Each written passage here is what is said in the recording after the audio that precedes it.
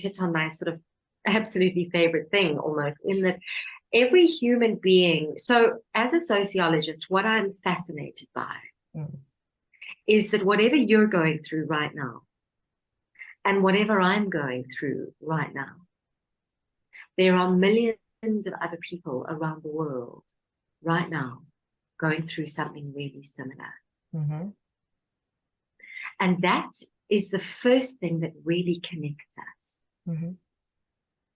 So one of the things that really connects human beings, in my opinion, on a meta scale, as global citizens in 2023, I think, Yeah. I always say I've got a broomstick, so this is my prediction. Yeah. Is going to be the levels of the healthy levels to which we can manage grief. Grief. Yes. Oh, interesting. Yeah. That is very interesting, because it's something I've picked up through January, first month, and there's been experiences from different people within that process.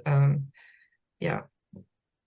I mean, this is something that fascinates me as well, with, how we are so connected, not just to each other, but to the earth. It's similar to a mycelium kind of effect, where we can, what you need pops up for you if you are open to it.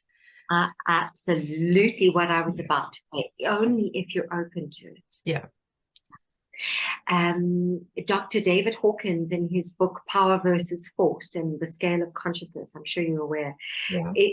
higher we vibrate, and Yeah. that's through awareness, consciousness, whatever, and also which emotions we default into experiencing regularly.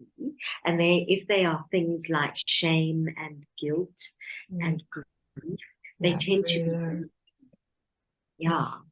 So, and then when we're working on that, not to suppress it, but to, I'm going to use the word dispel it. Yeah. I'm not sure if you know what I mean. It's like I do. my friend would say, if we deal it, Yeah. we just got to deal it in a nice Indian accent.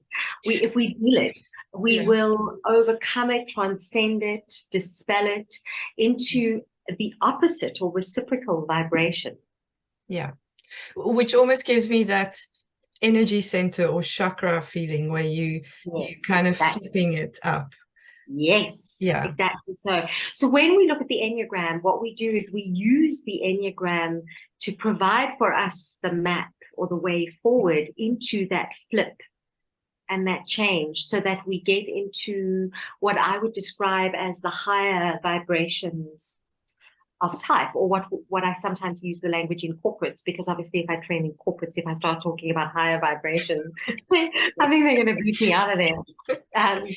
I talk about it as the higher stories of your building. Your building, 10-story building, being a metaphor for your emotional intelligence and your ability to put that into action.